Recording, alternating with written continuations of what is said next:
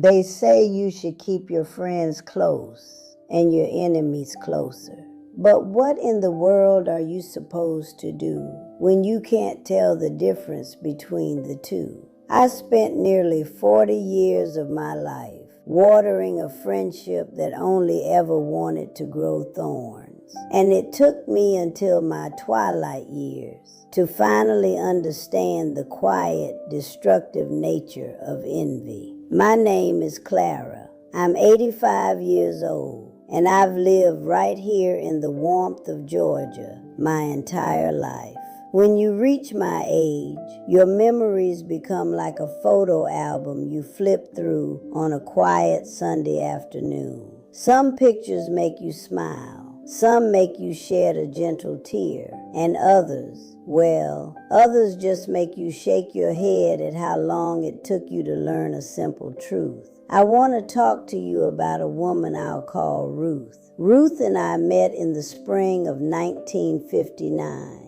We were just two young women figuring out our place in the world. We shared everything back then, from recipes and dreams to church pews and secrets whispered over backyard fences. To the outside world, we were like sisters. We finished each other's sentences, helped raise each other's babies, and baked casseroles for each other's families when times were tough. But looking back now, with the clarity that only decades of living can bring, I realized that the foundation of our friendship had a crack in it, almost from the very beginning. You see, envy is rarely a loud, roaring monster. It doesn't usually announce itself with shouting, thrown plates, or obvious malice. It's much more insidious than that. Envy is like a termite in the woodwork of your home. It works quietly, in the dark, slowly eating away at the structure until everything feels unstable. With Ruth, the envy came wrapped in the disguise of concern, or masked as a playful joke. I remember clearly a Sunday in 1972. I had spent weeks sewing a new dress for the church picnic. It was a beautiful yellow floral print, and for the first time in a long while, I felt truly pretty. When I arrived, Ruth looked me up and down, smiled a tight little smile, and said in front of the other ladies, "Oh, Clara, bless your heart. You are so clever with a needle. Only you could take such cheap bargain bin fabric and make it look presentable." I felt my face burn.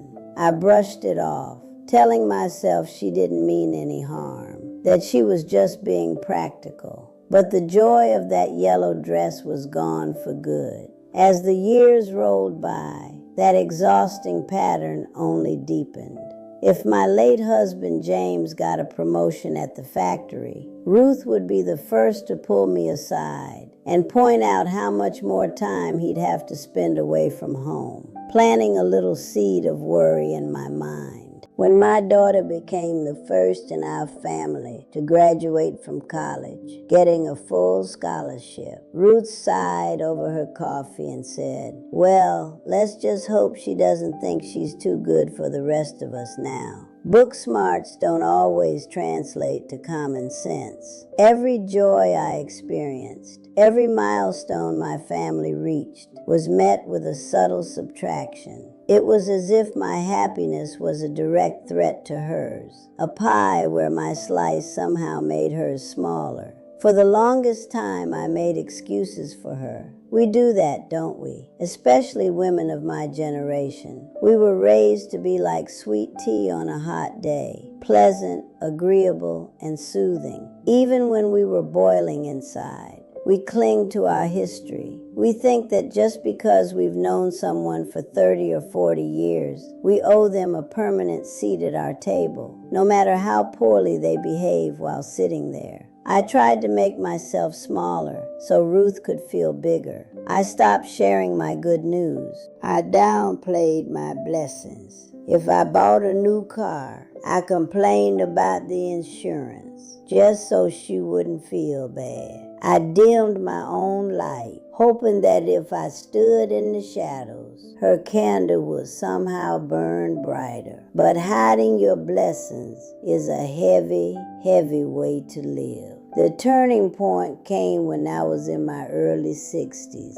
I had fallen very ill with a severe bout of pneumonia, a terrifying time when I truly realized how fragile our time on this earth is. During my recovery, I had a lot of quiet hours in that hospital room to sit and think. I realized that the friends who came to visit fell into two groups. There were those who brought warmth, who held my hand, and who left me feeling uplifted. And then there was Ruth. She sat by my bed, complained about the hospital parking, talked about her own minor aches, and casually mentioned how terrible and aged I looked in that hospital gown. When she finally left, I felt completely drained, exhausted, and strangely guilty. Laying in that bed, breathing through an oxygen tube, I had a profound realization. You cannot heal someone else's deep-rooted insecurity by shrinking yourself. A true friend does not pray for rain just because they forgot their umbrella. A true friend stands in your sunshine and warms themselves in your joy. I didn't have a big dramatic argument with Ruth. I didn't write a nasty letter. I just slowly stopped watering a dead plant. I stopped calling. I politely declined her invitations to lunch. I let the silence do the talking. Grieving a friendship while the person is still alive is a very strange kind of mourning. But as the months passed, something miraculous happened. Peace. A beautiful, profound, and unshakable peace settled over my daily life. If you are listening to this right now, and you have someone in your life who only brings you down, someone who makes you feel guilty for the blessings the good Lord gave you, I want you to hear me clearly.